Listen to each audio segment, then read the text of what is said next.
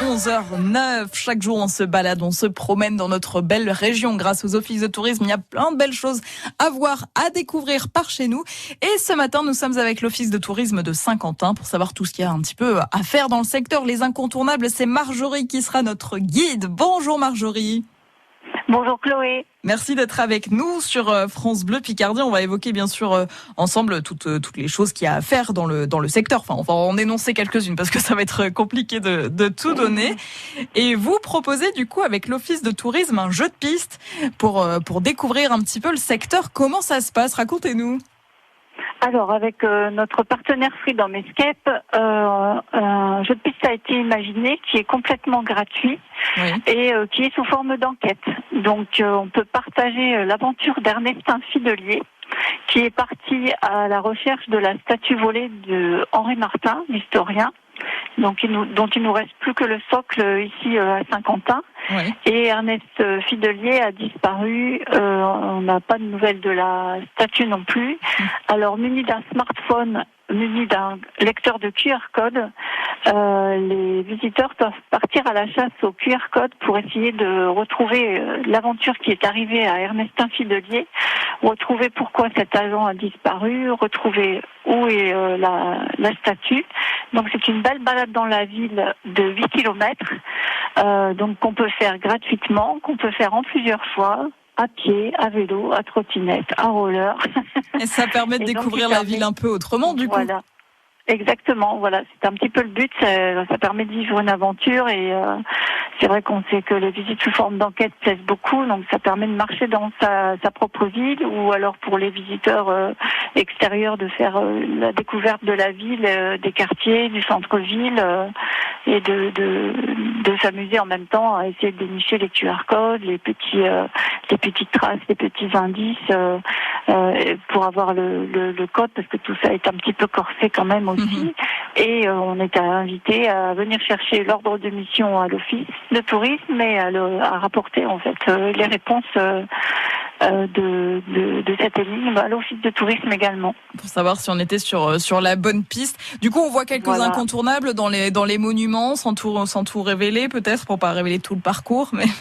Oui, il y a quelques monuments le long des parcs, mais ça permet aussi de découvrir parfois aussi des commerces, des hébergements. Voilà, tout est un petit peu panaché pour donner vraiment une vue générale du dynamisme de la ville. À Saint-Quentin, donc pour ce jeu de piste. Dans les actualités également, avec l'office de tourisme, il y a la semaine zen qui va démarrer. Qu'est-ce que vous allez proposer ? Oui.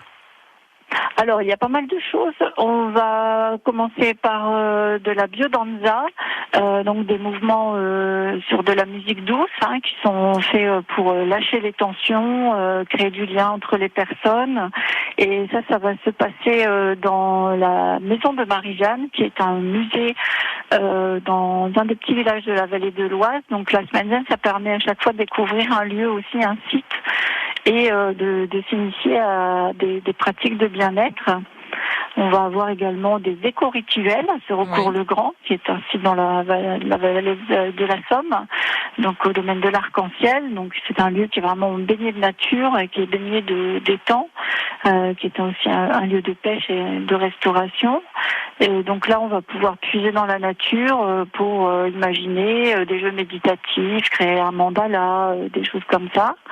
On va avoir aussi du City and Walk avec notre collègue Frédéric qui a déjà réalisé ce genre de choses en courant. Oui. Donc là, ce sera de la marche nordique avec une initiation avec un vrai coach d'ALM Sport Formation et des arrêts pour visiter, pour découvrir aussi des sites incontournables comme vous l'avez dit tout à l'heure, Chloé.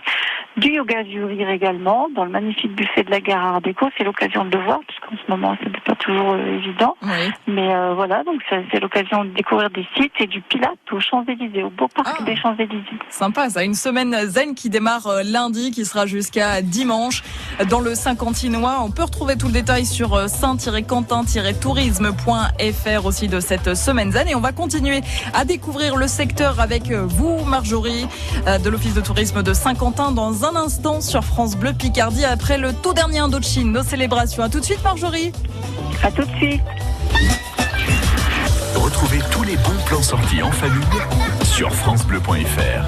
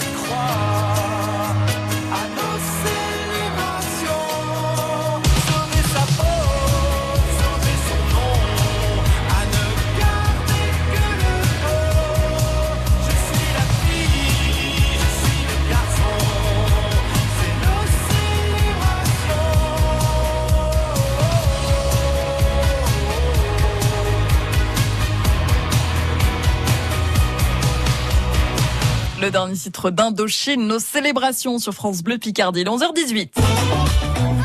On continue à découvrir Saint-Quentin et ses environs grâce à l'Office de tourisme, grâce à nos guides. Nous étions avec Marjorie, nous sommes désormais avec Frédéric. Bonjour Frédéric. Bonjour. Alors on a évoqué à l'instant un jeu de piste gratuit à faire dans Saint-Quentin pour découvrir la ville. Mais le bon moyen aussi de découvrir Saint-Quentin et les alentours, c'est de faire appel forcément à vos guides et aux visites guidées. Vous avez lancé une opération Adopte un guide. Expliquez-nous, on va les adopter pour les ramener chez nous après?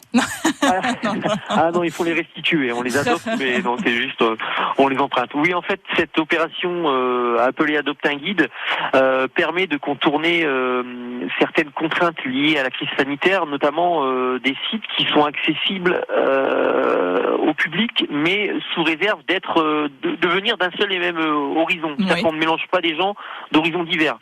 Vous voyez, ça participe à la rassurance, et donc le fait de privatiser un guide vous garantit d'être avec des gens qu'on aime, de votre entourage proche. Enfin, on peut emmener la belle-mère si on l'aime pas, il n'y a pas de souci, mais en tout cas on est dans le cercle proche. On n'emmène que des gens qu'on aime bien. Et qu'est-ce qu'on peut visiter du coup grâce à ces visites un peu privatives comme ça?